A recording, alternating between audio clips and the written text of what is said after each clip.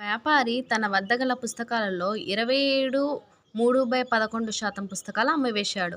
మిగిలిన పుస్తకాల సంఖ్య 88 అయినా అతను అమ్మిన పుస్తకాలెన్ని? చూడండి ఫ్రెండ్స్, ఇలా పర్సంటేజ్ అంటే 27 3/11% ఇచ్చినప్పుడు ఫ్రెండ్స్ జస్ట్ మనం 3/11 ఏసుకుంటే సరిపోతది ఫ్రెండ్స్. అంటే ఫ్రెండ్స్ ఒక్కసారి చూడండి. ఇప్పుడు 9 1/11% అన్నప్పుడు ఫ్రెండ్స్ జస్ట్ 1/11 ఏసుకుంటే సరిపోతుంది ఫ్రెండ్స్. Next 9 2 18 friends. 18 2/11% అనుకున్నప్పుడు ఫ్రెండ్స్ ఇక్కడ 2/11 ఏసుకుంటే సరిపోతుంది ఫ్రెండ్స్. నెక్స్ట్ 9 3 27. 27 3/11% అన్నప్పుడు ఫ్రెండ్స్ జస్ట్ ఈ పార్ట్ వేసుకుంటే సరిపోతుంది ఫ్రెండ్స్. అలానే 11 1/9% అన్నప్పుడు జస్ట్ ఫ్రెండ్స్ ఈ పార్ట్ వేసుకుంటే సరిపోతుంది, అంటే 1/9. అలానే 11 2 22. 22 2/9% అన్నప్పుడు ఫ్రెండ్స్ జస్ట్ 2/9 వేసుకుంటే సరిపోతుంది ఫ్రెండ్స్. సేమ్ ఇది కూడా అలానే ఫ్రెండ్స్.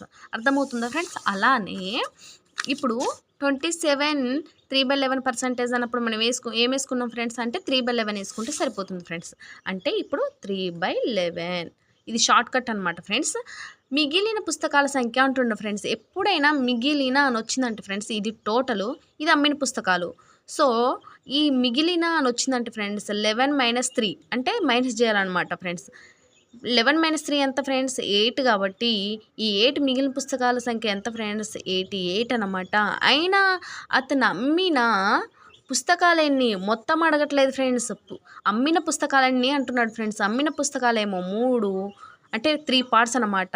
8 1 8 11 11 3 33. ఓకేనా ఫ్రెండ్స్? అమ్మిన పుస్తకాల సంఖ్య ఎంత అంటే 33.